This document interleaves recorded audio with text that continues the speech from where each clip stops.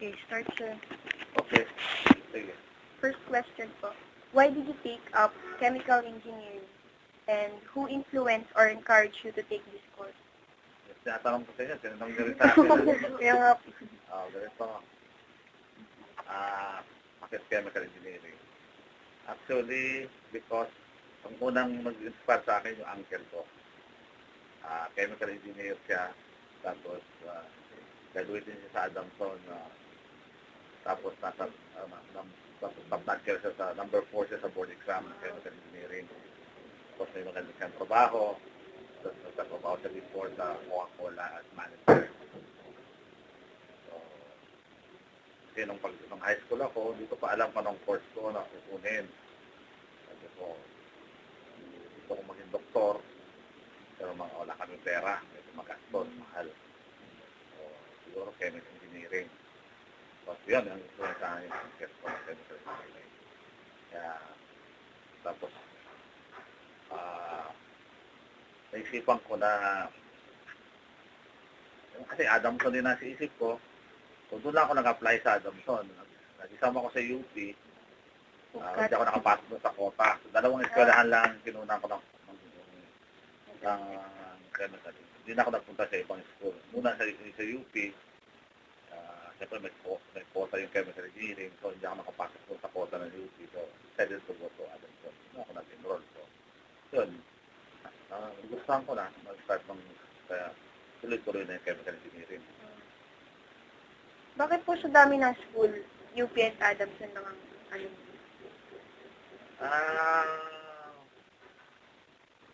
Siyempre, UP, kasi prestigious na eskwelahan yan. Paano pupunta sa school? Nagbigay sa amin sa school namin kung sino mag-exam sa UP. So, ang upper 10% ng graduating class, yun ang pina-exam bigyan ka ng pang-exam.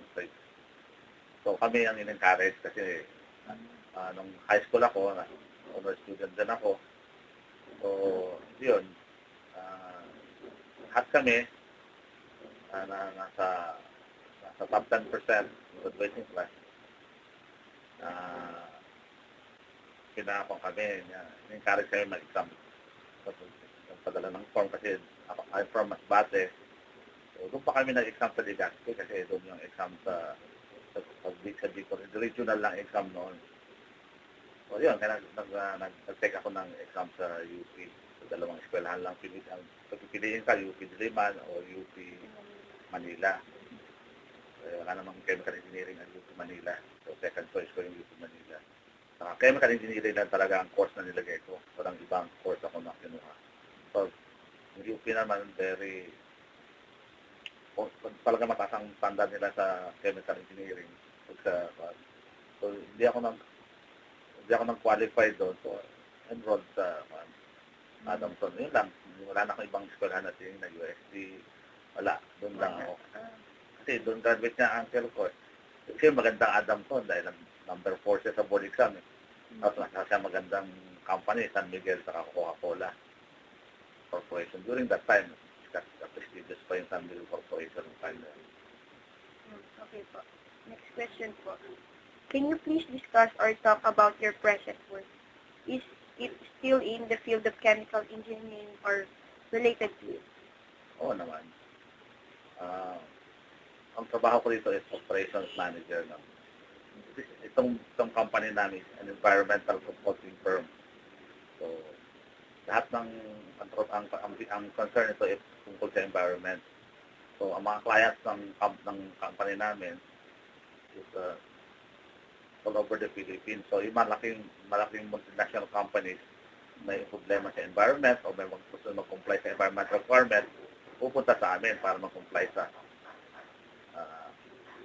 Clean Air Act, Clean Water Act, sa mga kawan ng environmental compliance certificate para sa kanilang operation, dadaan sa amin, humingi ng tulong sa amin para sa DNR. So, ang mga clients ng Bergman malaking companies like Shell, Petron, Chevron, San Miguel Corporation, Coca-Cola, malalaki, name it, mga Nestle, Pepsi Cola, URC, yan malalaki, mga power plant.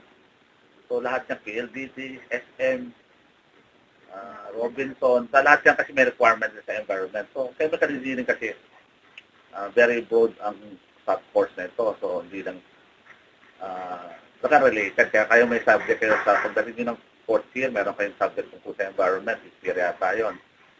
So talagang very related yung course ko sa chemical engineering. Nag-graduate ko, nagtrabaho ako sa isang minahan, gold mine, sa Atlas Concentrated Mining. So talagang nagamit ko yung trabaho ko kasi process engineer ako doon, process analyst. So ang product ko ay gold. So process ako. Sa laboratory muna ako, as analyst sa operation, sa recovery ng gold leaching process. So unit operations yun. Pag mag-rin na sa P4 tier, may subject kayo ng unit operation. Kung nagagamit mo sa planta, yung pag-aralan sa chemical engineering. Tapos kung magtrabaho sa mina, nag-work ako sa Middle East. At nagtrabaho ko sa ang water treatment company. At ang operation and maintenance ng water treatment plant sa isang military base sa Middle East, sa Saudi Arabia. Nagamit ko rin yung trabaho ko sa water treatment. After that, nag-chemist din ako sa isang laboratory na isang nag-analyze ng mga construction materials, sa tubig, sa lahat na mga ginagamit sa construction material. So, nagamit ko rin yung chemical engineering ko. Tapos after that, nagtrabaho ako doon pa rin sa Middle East. Ang trabaho ko is chemical engineer on ang company namin nag-produce ng mga chemicals para sa mga water treatment, sa mga boilers, na mga corrosion inhibitors para walang scaling ng boilers. So nagamit ko rin kayo pero na-involve ako sa sales. Yung produkto na ginagawa namin, binibenta rin namin sa mga companies. Nag-create kami ng mga corrosion inhibitors, saka mga chemicals para sa mga cooling system ng mga planta. So, kami rin na mag-treat. Yung chemicals na ginagawa ng company namin, ibebenta namin kung kami rin ang engineer na mag-conduct ng mag-aalis ng corrosion sa mga boilers, saka yung mga cooling system ng mga aircon, so para hindi maka-escape. Pupunta ka sa mga malls, may centralized air conditioner dyan. But meron siyang cooling system sa may cooler sa taas para lumamig yung aircon. So, siyempre may tubig yan sa circulation. Pero, kailangan i-treat mo yan para hindi siya magkaroon ng scaling. So, yun trabaho namin. Nag-inject ka ng chemicals para doon. So, yun na. So, na-involve din ako sa marketing, sa sales and marketing at the same time as engineer mo sa Middle East. So, after that, punta na ako dito. Bumalik ako sa Pilipinas. May opening dito as consultant sa environment. So, bago itong field na ito, na consulting firm. So, because of graduate ko, gusto ko sa planta ako ng trabaho. Pero meron palang ganitong opportunity na tungkol sa FC, nag-boom na yung concern lalo na sa Pilipinas tungkol sa environment. So, merong company pala na kailangan ng services ko, na experience namin. So, may mga requirements sa mga planta na nangailangan ng requirements para sa mag-comply sa environmental requirements. So, yun ang trabaho ng company namin. So, magagamit mo yung chemical engineer mo dito. Actually, dito sa company namin, meron kami mga junior environmental specialist. Halos lahat sila mga chemical engineer. So, silang gumagawa ng report, silang nag-interpret. Meron kami sa field, nakakandak ng sampling, yung mga emission. Kita nyo yung mga generators, punta kasi malaking power plant, meron silang mga chimney, smokestack. Tinetest yun, yung mga smoke na yun, bago lumabas yun. Tinetest yun as requirements ng DNR para mag-comply. So, meron kami equipment na kinukuha yung nag-extract ng yung fumes, yung para malaman kung comply siya sa DNR standard. So, ngayon, pag na-extract mo yung samples, may mga engineers. Some of them are chemical engineers, engineering graduates, and some mechanical engineers. Meron kami equipment, pang-extract noon. So, tapos yung trabaho ng mga specialists, pag makuha ang results, dadalhin sa laboratory for analysis. Tapos, yung results noon, i-interpret nila, i-compare nila kung comply sa DNR standard o depende sa requirements ng company kung saan nila gagamitin o sa international standard or sa kanila lang na compliance. So lahat naman mga generators, yung mga boilers, yung mga planta, naghahanap yung services namin. Kasi para sa compliance sa DENR, sa Department of Environment and DENR, Opo. Department of Environment and Natural Resources. So yung meron silang implementation arm, yung department nila, yung Environmental Management Bureau, yung EMB. So yun ang nag-monitor ng compliance ng mga companies pati sa water. Yung mga nagkakanda kami ng sampling kung nagko-comply sila sa di siya pwede basta-basta magtatapon ng tubig papunta sa ilog. So kinukunan ng sample yan, analyze, interpret, kung comply. Kung hindi, mag-install sila ng mga water treatment facilities. Ang Bergman, meron din kami, nagde-design kami ng mga sewage treatment facility, water treatment facility. Pag mga bagsakan, hindi siya nag-comply sa effluent standard, yung BOD, ang Biochemical Oxygen Demand. So, kailangan mo lang install ng sewage treatment facilities. So, yan, mga treatment facilities, kami, nagde-design kami, nag-install ng commission para sa mga planta. So, may mga project kami ngayon na ginagawa na mga, like for example, yung De La Salle University sa Cavite, ongoing ngayon, patapos na kami nag-install ng sewage treatment plant sa De La Salle sa Dasmariñas. Tapos yung mga hotel, like for example, mga rehabilitation ng mga treatment facilities ng mga buildings, ginagawa namin. Kami rin nag-rehabilitate ng water treatment, sewage treatment facility ng Edsa Shangri-La Hotel. So, nakaiba-ibang mga projects namin. So, kanon ang services ng Bergman. Sa pollution, nag-install ng pollution control device. Siyempre, kung mausok ka, anong gagawin mo? Nag-install ka ng mga dust collectors, scrubber, para ma-reduce mo yung emission para mag-comply. So, ginagawa din namin yun. Yung mga, kasi sa compliance sa DNR, yung mga sa consulting naman, yung isang planta, di siya pwedeng mag-operate kung wala siyang environmental compliance certificate. So, kailangan niya ng environmental impact study. So, kung planta na ito, may epekto sa environment. Di ka basta-basta pwedeng magtayo, maski building o structures, kung wala kang environmental compliance certificate. So, bago ma-issuehan niyang certificate niyan, may proseso yan na sinusunod na as per requirement ng DENR. So, yan ang ginagawa namin. Tulungan namin yung mga planta, yung mga kumpanya, mag-comply. So, may mga consultants kami, gumagawa ng may specialist kami sa air, sa water, sa marine. So, may planta ka doon, itatayo malapit sa dagat. Hindi ka basta pwede magtayo ng planta doon. Kailangan malaman muna, i-evaluate muna kung yan ay walang epekto sa kalikasan. So, kaya kung may mga planta na isa na tayo, na malaking power plant, na mga dagat, titingnan muna yung kalagayan ng environment bago magtayo ng planta. Titingnan ngayon kung yung ba ay yung kapaligiran niya, yung dagat niya ay malinis. Titingnan ngayon, analyze yung tubig kung ano ang kalagayan ngayon at ang magiging kalagayan ng tubig na yun o sa hangin doon pag tinayo yung planta. Pag halimbawa dati ngayon malinis, kompletas nung tinayo mo yung planta mo, karoon na ng polusyon. Kasalanan ngayon ang planta mo, pwede kang indemanda. Kaya gagawin namin, gagawa kami ng study upang mabawasan ang epekto ng planta na itatayo mo. Baka ma-issuean ka ng compliance o ng certificate na ito. Papayagan na namin ito, ang planta na ito, sabihin ng DNR para mag-operate. Kailangan mo ng permission, nalakarin din para sa local ng government. Ang munisipyo, o sino man ang mga maapektuhan doon sa community. Yun ang trabaho namin. Itong consulting firm nito. Environmental consulting firm. Ito. So, sa mga employee dito yung mga engineer. So, kayo, kung pag-graduate ninyo, tapos makapasa kayo, maganda pwede kayo mag-apply dito. Pagbutihan ninyo. Kasi dito naman, yung mga consultants, meron, hindi ka lang, pwede ka pa mag-aral na mas mataas. Kasi iba dito may master's degree sa environment.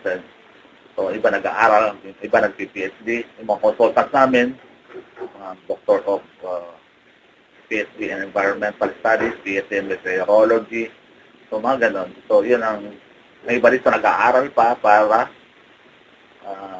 madagdagan yung kaalaman tungkol sa kapaligiran, environment. So, ito yung services na na-offer ng company. So, marami na itong yan. Before, nung puro nung estudyante pa ako, hindi ko alam na meron palang ganitong, alam ko mo, sa mga plan pa lang ako sa trabaho, sa mga laboratory lang ako. Kami rin, meron kaming laboratory na sister company.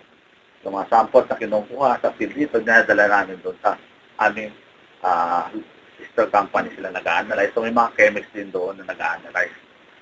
So, pero ang kinukuha namin doon ay graduate ng chemistry. Kasi requirement hindi na. Before, meron mga kaming tao doon na mag-graduate ng chemical engineering. Pwede rin doon. Pero ang priority namin is mga chemist. May opportunity rin doon sa sister company namin. So, yun. Na-inspired na kayo? Gusto nyo tapusin yung chemical engineering nyo? Wala na mag-shift. Putihan nyo para makapagay sa board. Importante, pasado kayo sa board exam. Pag-aral kayo mabuti. Next question. Haba na sinagot ko. Okay lang po Para yan. sinagot ko na lahat ng tanong niya. Next, during your college days or university life, which subjects was your favorite and most disliked? Favorite or most disliked? Most Lahat naman favorite. Wala naman akong favorite. Lahat pinag-aaralan ko. Hindi naman ako napakagaling. Hindi ako masyadong napakagaling na estudyante. Hindi ako yung nung high school ako, nasa part 10 ako ng high school. Nung college, marami po mga klase ko, puro mga balitik ko. Nung first year ako sa Adamson, nung graduate meron kaming NCEE, National College Entrance Examination. Hindi nyo inabutan yun, iba na ang tawag ngayon. Lahat ng 95% na nakuha sa NCEE, pinagsama-sama sa isang klase. So, iniipon-ipon ng Adamson yun sa isang klase. So, kaya lahat ng magagaling na graduate, terminal classmate ko, puro historian, doon sa klase namin, 2 section yun, sa umaga, sa hapon na lahat ng graduate ng buong eskwelahan sa buong Pilipinas doon. Kaya karamihan ng klase ko talagang magagaling. So, huwag sabihin, labanan talaga karamihan pa dito yan. Kasi lahat ng 95% above sa NCE. So, may mga 99 pa na. Ako, 97 kasi nakuha ko sa NCE ko. So, qualify. Hindi na ako naging trans sa Adamson noon kasi 90%. Tapos mataas yung grade mo sa high school. Sa 90 plus ka sa graduate, libre ka na sa exam. 95 above ka pa sa NCE. So, lahat ng so talagang labanan talaga na. Siyempre, graduate ako sa probinsya. So, iba pa yung turo. Kaya advanced dito. Kaya medyo tagal kong makakat up. Kasi dito, iba graduate sa mga yung mga insect, graduate sa Shanghai Sheikh, Saint Stephen, mga magagaling sa math. Parang 100 kagatun. Something. Oo. So, pag-exam ko noon, hirap na hirap ako maka-70 sila, tanda. Isang oras lang, mga 15 minutes, tapos na exam. So, mga galing. So, nahirapan ako makakat-up kasi nag-a-adjust pa ako sa standard. Kasi medyo mahina yung turo sa probinsya. Pero nakahabol din, eventually. Yun. Lahat naman pinag-aralan. Medyo ang math kasi hindi ako napakagaling sa math. So, pinag-aralan ko na gusto yun. Pinaka-background mo talaga yung algebra sa trigonometry. Hindi ka makakarating mo sa taas pag hindi mo pinag-balis. Kung hindi nung high school ka pa, hindi ka nag-aaral kang panaitulog ka lang sa algebra. Hindi ka huwag ka nang kumuha na. Mahirapan kayo sa math kasi yun ang pinaka-basic mo. Kasi calculus, lahat. Kailangan mo lahat yung algebra sa trigonometry hanggang sa advanced mathematics. Yun dapat hatain mo doon kung hindi mahirapan ka pagdating sa lahat. Kung hindi mo nahasa yung dalawa na yan, yan ang background mo. So, yun, pinag-aralan ko. Survive naman ako sa Adamson. Kasi maraming terror doon, lalo sa chemistry. Yun. Sa lahat, wala akong paborito. Lahat gusto ko rin. Medyo nahirapan ako ng konti, pero talaga mag-aaral ka. So, because parang gusto mag-cope up sa standard. So, nung time ko, sana ngayon pa rin, okay naman. Okay po ba Adamson ngayon? Okay naman po. Okay. Pero kasi nawala bigla ang Adamson sa limelight eh. Nung time ko, medyo maganda ang reputasyon ng Adamson pa. So, medyo mataas ang standard sa tulang. Kaya naglalaban dun sa chemistry. UP, Adamson, saka USD. So, yun during that time. So, yun. Kaya lahat ng subject, parang pantay-pantay ang tingin ko. Pinag-aaralan ko nung gusto. Wala akong paborito. Medyo nahirapan din ako sa math nung una. Kasi nga mahina yung turo. Pero eventually, magugustuhan mo na ang lahat ng subject.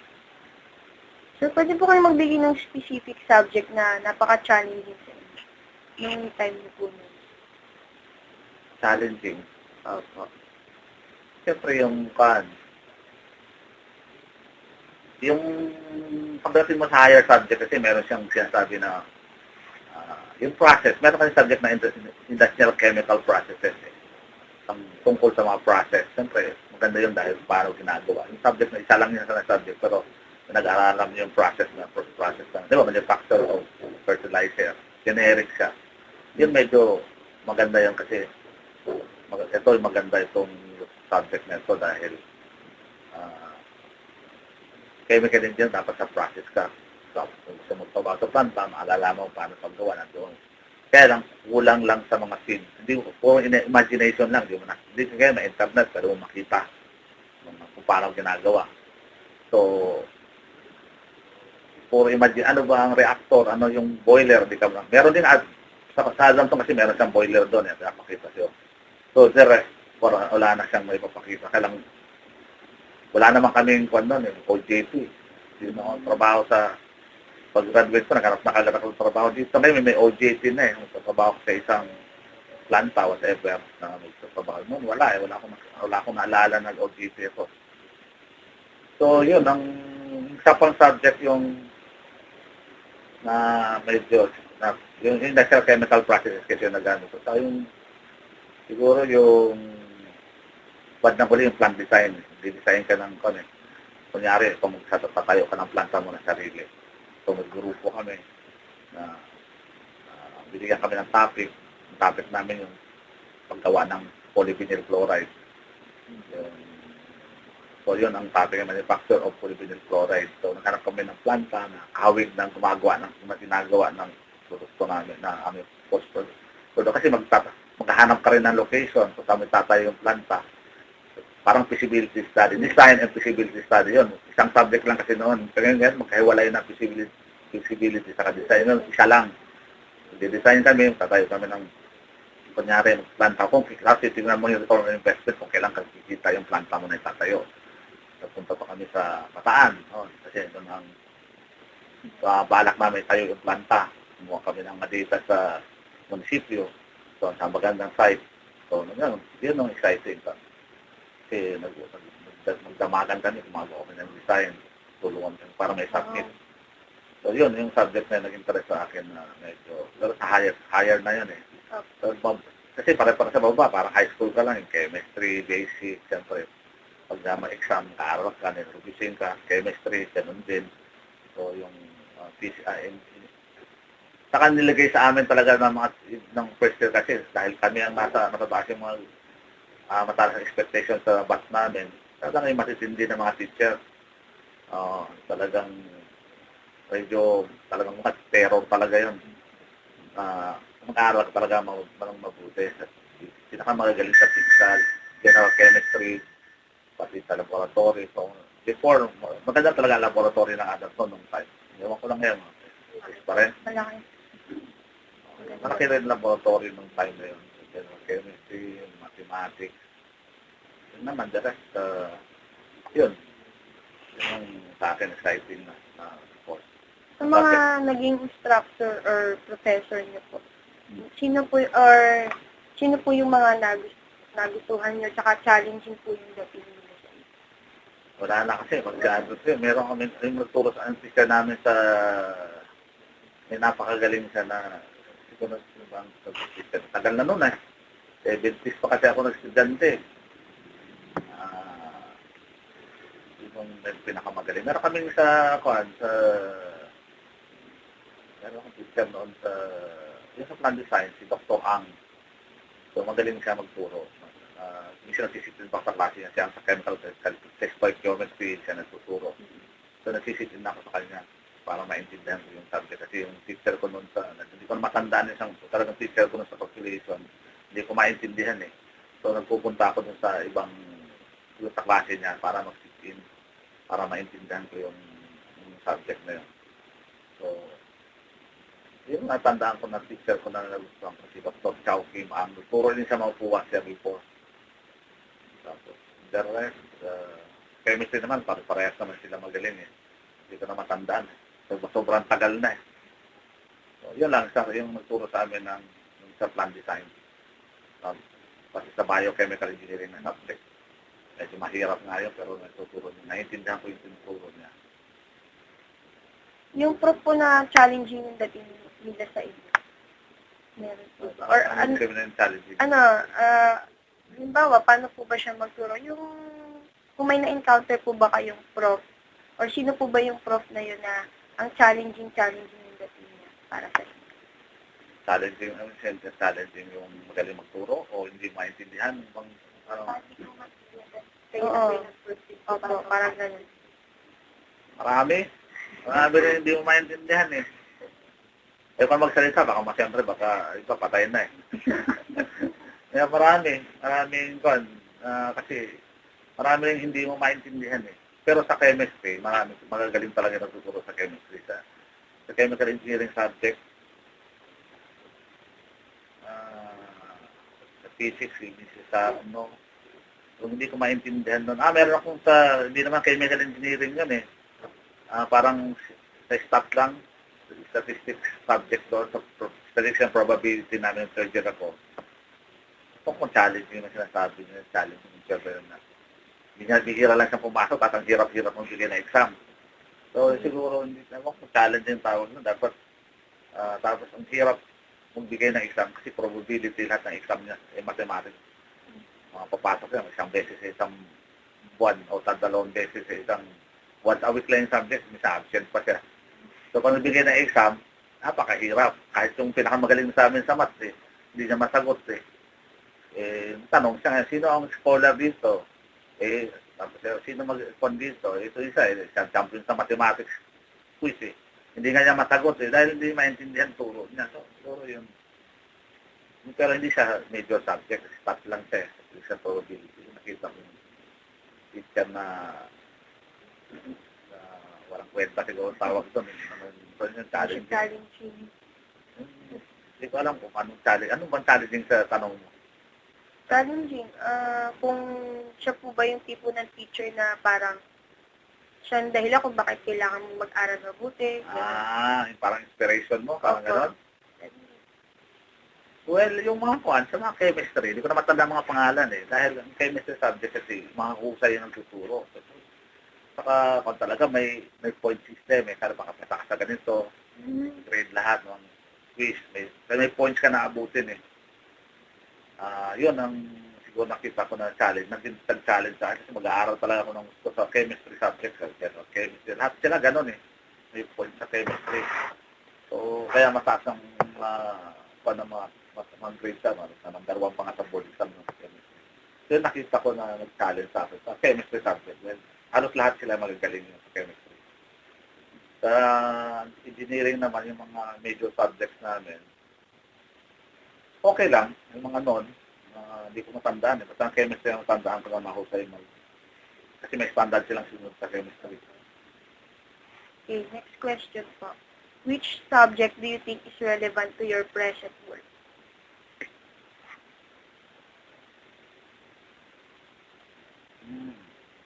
Meron kami environmental subject, yung elective, environmental, nagmutang yung subject, industrial waste. Yung kasi lahat naman dito sa subject nito, sa environment kasi, may chemistry lang dito, may mathematics, kasi pag may mga calculation na sinusunod para sa mga sampling. So, how is related dito sa course nito? Tanong mo land, water, meron kami project yung target project na kami gumagawa na study para sa tubig, environmental study. So, yan, sa impact assessment para sa environment. So, yung mga specialist yan. So, lahat yan, pati impact sa environment, sa tao, sa hangin, sa tubig, sa lupa, nag-aaralan lahat yan. So, industrial waste process, lahat. Sa mga sampling, kasi meron din kami sa ginagawa ng company nagkakandak din kami ng WEM, Workplace Environment Monitoring. Kung sa loob ng plant, loob ng opisina, sa loob ng planta, anong epekto ng mga hazardous waste sa loob ng tao. So, yun ay hindi lang ang standard na sinusunod ay yung Department of Labor Standard or Occupational Health and Standard. So, sa loob ng kailangan malaman mo yung process ng planta. Ano ba sa isang planta? Ano ang meron siyang emission, yung mga pollutant para maka-affect sa tao. So, kano pag-alalan mo yun? So, yung industrial chemical process, na pag-aralan yun, yung unit operation kasi, yung lahat yun. So, lahat ng subject talagang nagagamit dito yung trabaho namin dito. Kasi, pati sabi kami industrial waste, meron kami, didesign kami ng mga sewage treatment facilities. So, nag-aaralan namin yung mga epekto ng waste. So, sa mga planta naman, may mga boilers, sealing unit, generator, sa Shell, client namin yung Shell, may mga refinery sila. So, titin naman yung flow ng pollution, pati sa mga paggawaan ng mga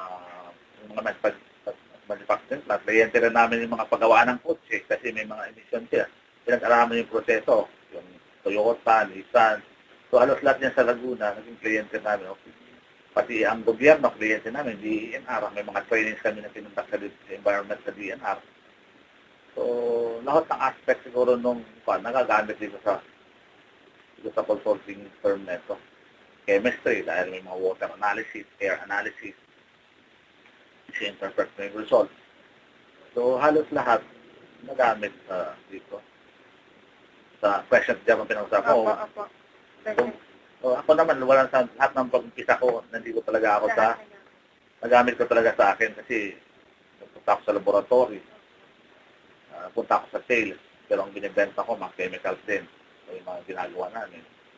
So, napunta ako sa minahan. So, sa pagina ko, so, process din yun. So, lahat, nagamit ko yung pag-aralan pa din sa chemical engineering subject. Okay po. Next po.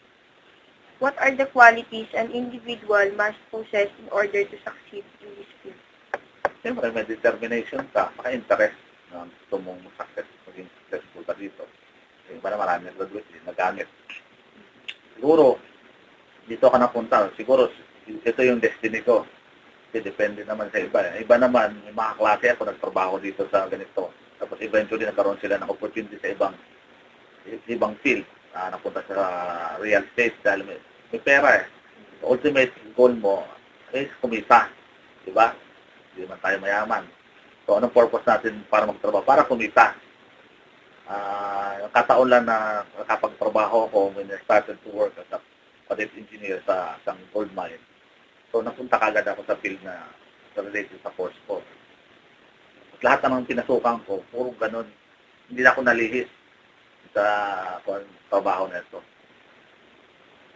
For example, kaya kahit ngayon, yung laboratory namin, ako pa rin nag-oversee noon. So, alam ko pa rin yung galing na sa lab.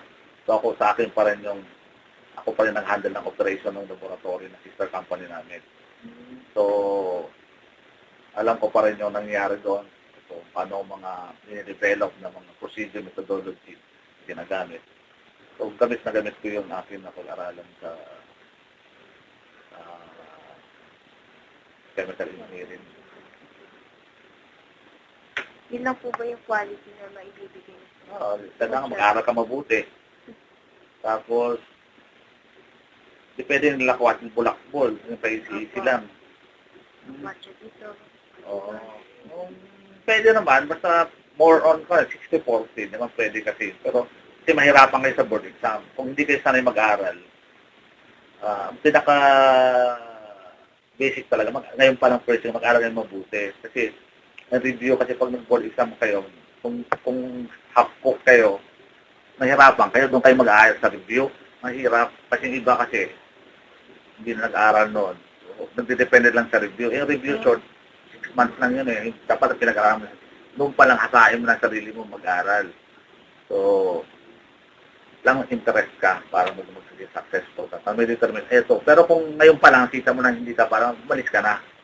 Yung pala maaga pa, ang saka nagsasalang kayo, hindi po para sa akin kung kabagsak-bagsak kayo sa chemistry o sa mathematics. Huwag na kayong dumiretso ng, baka, una, mahirapan kayo, ang board exam math, chemistry, saka yung, paano kayo makakapasa? Yung pwedeng po, dasal na lang kayo. Kailangan aral sa kadasal. O, di ba, pwede mangupya. Ayan, ha?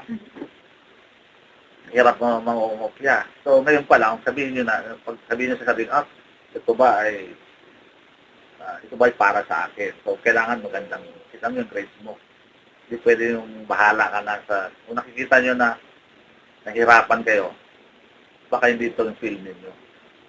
Mahabang maaga pa. Huwag niyong sabihin na, wala nang, sabihin na patubo na ako, ito, hindi pwede gano'n. O sabi ng nanin, tapusin mo yun. Kung mahina may bagsak kayo sa bagsak kayo sa chemistry sa kasamat nyo, huwag na kayong tumuloy ng chemical engineering kasi board exam pa lang, mahirapan kayo. So ngayon pa lang, i-analyze nyo na sarili nyo. So kayo ba, kumusta ang grade nyo nung high school sa mathematics nyo? Kasi marami akong classmates nung na yung gusto lang kumuha. Pero this klase ko naman, mga alam ko na lang basta kumuha ng engineering. Eventually, first year pa lang, mayaw, hindi na kaya, hindi na pilitan lang kasi maganda. Prestige. Ang course mo, chemical engineering. Wow. Tapos nung unang panahon namin, may slide rule pa. Hindi pa uso calculator noon. Yung slide rule, ginagamit na yung slide na pag-compute. Kaya ganyan may slide rule. Tapos sulat mo yung data, pinag-aralan. Tapos nakasiksik pa yan dito. Pag nakasiksik na, engineering student to. So, yung nauso lang yan, mga later na, ng third year college na ako, lumabas na yung maraming, mahal pang calculator noon eh. So, kasi hindi pa inaalaw sa board exam yung calculator noon. Pero eventually nag-board ako di calculator na siya. Pero nung early part, wala, yung slide rule ang ginagamit. So, may slide rule class pa nga sa Adamson noon eh. Kung paano paggamit noon. Para mas bilis sa pag-compute. Hila-hila lang. Buti nga, wala na kayo nun. So, nabutan ko pa yon. So, tanong niyo sa mga tatay niyo, alam niyo yung slide rule, baka nabutan pa nila, o baka hindi na rin. So, sa lolo niyo na lang. So, yung mga engineer kayo ng mga uncle, sabi alam niyo yung slide rule, nagamit nun. So, nag-exam kami nun, bawal pa calculator, slide rule. So, ngayon, allowed na nila yung, nung board exam ko, bawal pa ang ballpen. Fountain pen pa ang ginagamit namin noon. Hindi na uso yung fountain pen ngayon eh. Sa hindi pang kukompute ka ngayon, proceeding na lang eh. Yung board exam. Then, yung noon, talagang magkukompute ka talaga, mahabang magsusulat ka. 5 araw board exam namin noon, yung 3 araw, 5 days. 5 subjects kami, hindi. 5 subjects pala, hindi pala, 5 subjects kami sa board exam. Hindi naman, 3 days yata ang board exam noon, 2 days, kung matandaan. Basta, 5 subjects. Tapos 3 ngayon, 3 na lang. Hindi pa, for 3 days yata. So ngayon pa lang, tingnan niyo yung mga sarili ninyo. Ito ba'y para sa akin sa course? Habang maaga pa kayo, first year pa lang kayo. First time nyo pa. Kaya engineering orientation pa lang kayo eh. Di ba? Wala mo ng boyfriend. Kasi may boyfriend sa inyo. Wala po. Wala. Okay, very good. Aral muna kayo, mabasa pa kayo, para kayo mga high school pa. Kasi edad nyo lang yung bata pa yung panganay ko, 19 years old. Anong taong ka na? 16, 17? Puro 16 kayo? Yung mag-i-18 na ba? So, yun. Ngayon pa lang, tingnan nyo. Sa drawing, may drawing kayo na, di ba? Okay lang naman yan kung hindi naman importante yung drawing sa chemical engineering. Importante yung kung madumi yung drawing. Ako, pag madumi ako kumuha ng plates eh. Kung minsan, pinapagawa ko lang yung plates ko kasi madumi. Basta importante yung math, yung chemistry, importante. Saka yung technical writing. Dito sa consulting firm, kaya marunong ka magsulat. Kailangan marunong tama yung grammar mo pagsulat. So, kailangan mag-good kayo sa technical writing. Dito kasi, tinitingnan ko kung marunong magsulat yung gagawa kasi ini-interpret mo yung results eh, gagawa ka ng report. So, must be good in technical writing. Yung technical English nyo. So, yun. Importante na English. So, yun. Alam nyo na. Mamaya pag-uwi nyo sa bang course para sa atin. Yun pa lang sayang yung tuition ng nanay nyo. Di ba? Pag sabihin nyo sa ito bang course ko. So, yan. Kailang finals nyo? Tapos na? Ngayon po, actually, pagkatapos, pumunta po kami na rin dito. Good luck sa inyo. So, kung sana maganda maging top notcher kayo ng Adamson pagdating o PPF. Balik punta kayo dito kung apply kayo sa Berkman system para baka may opportunity dito. Nag-advertise din kami sa internet lang, JobStreet, JobsTV. Actually, may hiring kami ngayon sa kailangan namin sa ito. Doon, kailangan ko ng tao doon sa specialist. Preferably kami doon na marunong magsulat. Tapos masipag.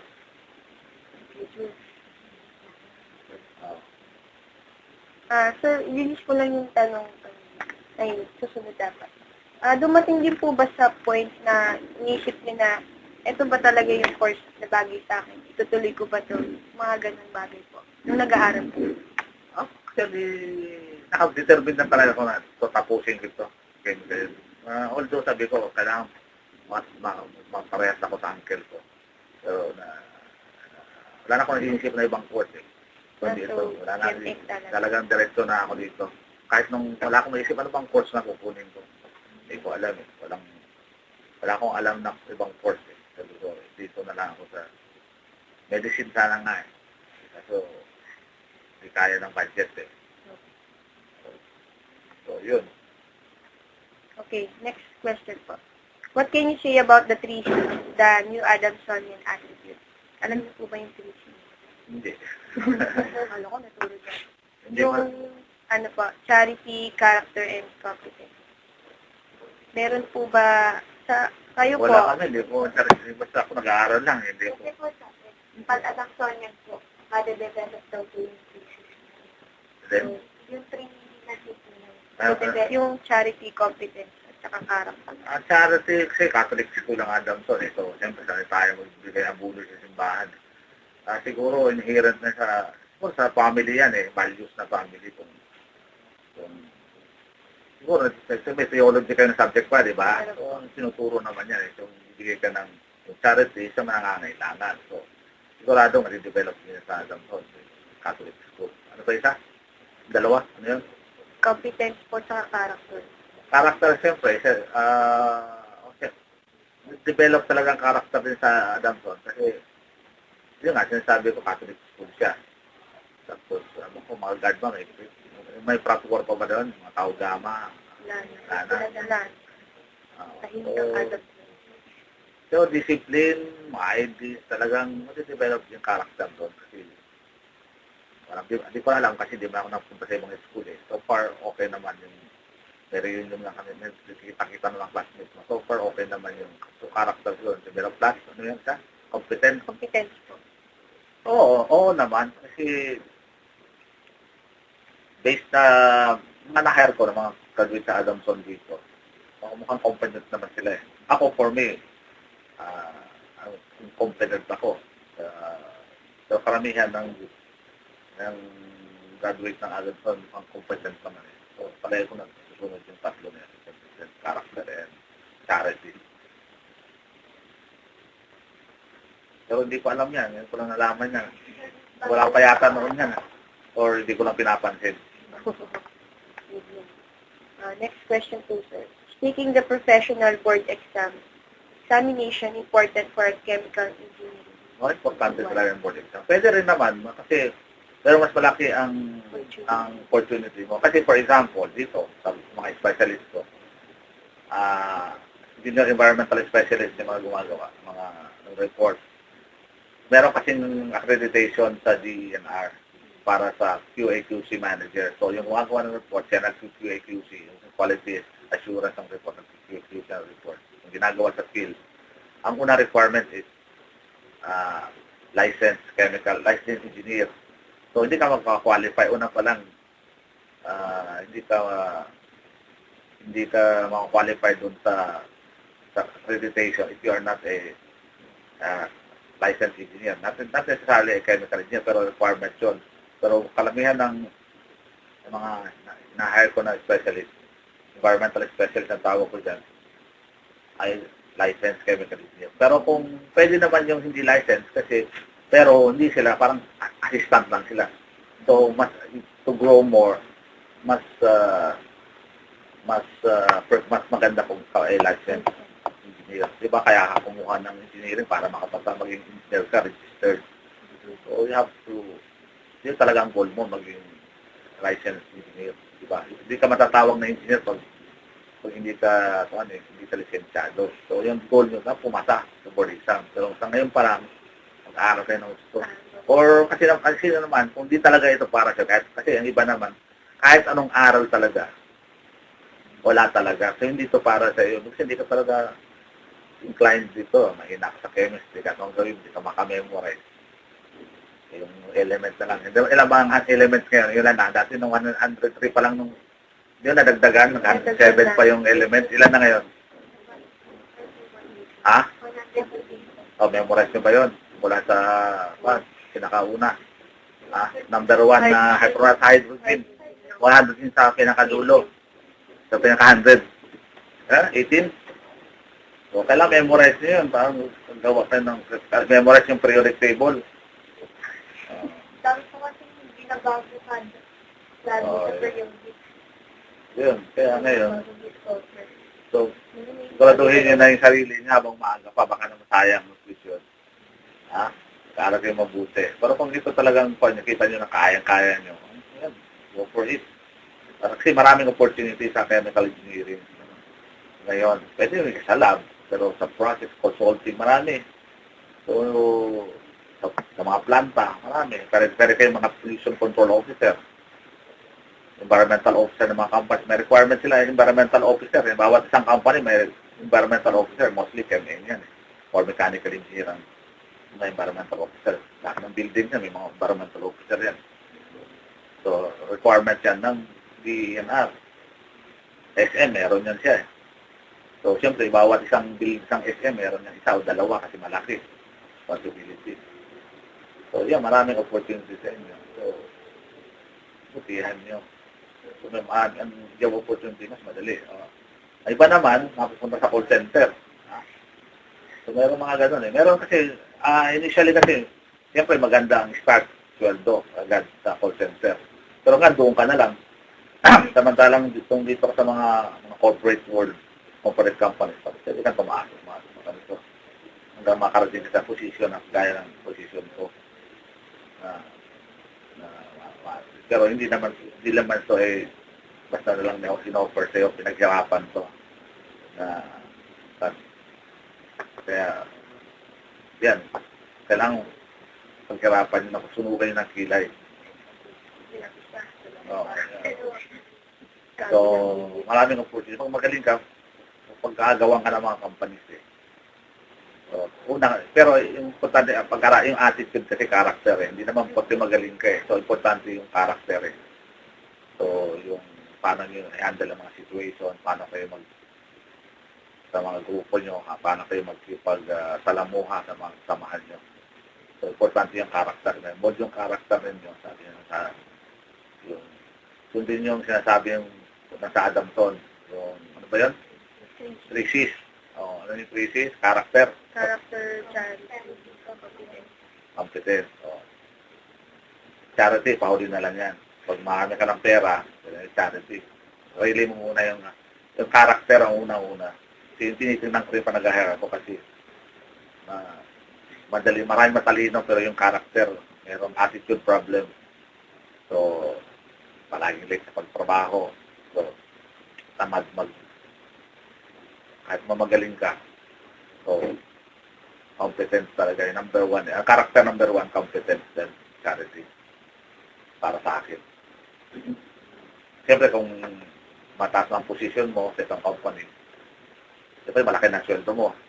Marami ka ng pera. Pwede ka na magtulong, di ba? Pag mataas ang posisyon, pwede ka mag-hire ng mga tao, nakakatulong ka na nun sa job opportunity, di ba? So, kuha ka ng mag-graduate sa Adamson, natulungan mo yung mga pwede ka mo pa na scholar. So, yun. Kayong dalawa, hindi kayo nagsasalita. Dalawa lang nagsasalita. Anong question? Observer lang kayo. Siya lang. Nasa Okay. Tapos na kayo? Iba rin ang in-interview nyo? Oh, so, isang report lang kayo?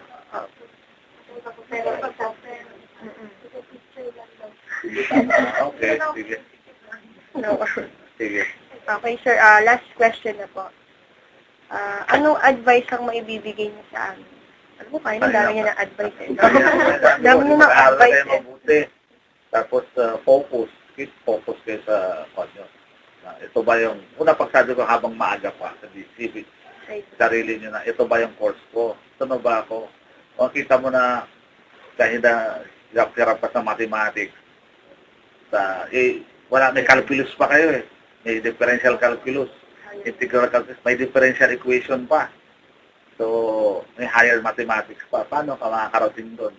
Dinami mo ng 5 doon sa pag. So, siyempre, titingnan din niya pag nag-graduate ka, pag interview, patingin ka, wala ka experience. Patingin nga ng pan mo. Tama yan, yung transcript of record ng TOR. Bakit dami mong 5? Ganito. At least, kung nakapasa ka sa board exam siguro, natatakpan yun. Pero, bakit ito?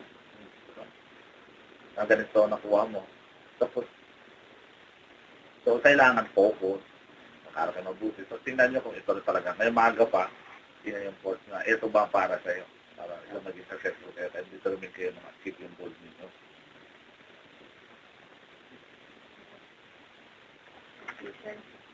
Tapos na po. Ito, paano ito? Hindi masalit ito. I-con ko na lang ito.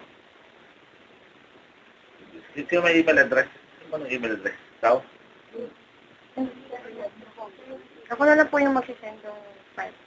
Yun ang file para maalala ko. Madami kasi punong-puno yung email account ko.